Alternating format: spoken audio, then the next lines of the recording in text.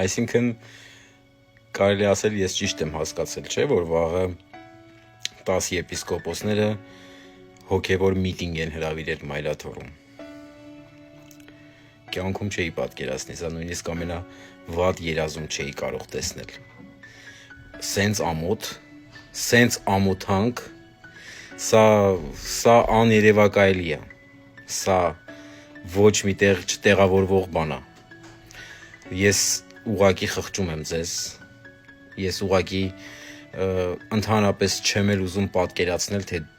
ինչ եք խոսելու դուք այնտեղ, ինչ եք ասելու դուք այնտեղ, բայց այնուամենայնիվ ես կոչ եմ անում մեր բոլոր համաքաղաքացիներին չտրվել սադրանքներին, այս 10 եպիսկոպոսների եւ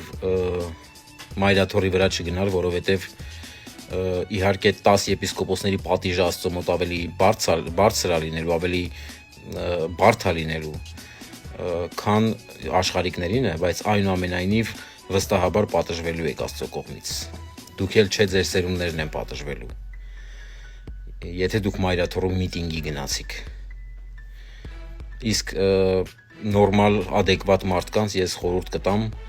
վեհապարից պահանջել այս 10 եպիսկոպոսներին կարգալուծանելը, վստահաբար։ Իսկ վաղը Մայրաթոռի զանգերը պիտի ղողանջեն եւ այս 10 եպիսկոպոսներին կարգալուծ պիտի անեն։ Այ սրա համար։ Այսինքն ձեզ կոպիտ ասած կներեք արտահայտությանս համար ֆիթը տվեցին, ճամփեցին Մայրաթոռ, էլի, հա։ Տենց է դուրս գալիս։ Ես մտածում էի, թե դուք ունեք ձեր սեփական կարծիքը, բայց պարզվում է եկեղեցի եւ պետություն քանդելու կարծիքն ունեք։ Լավ։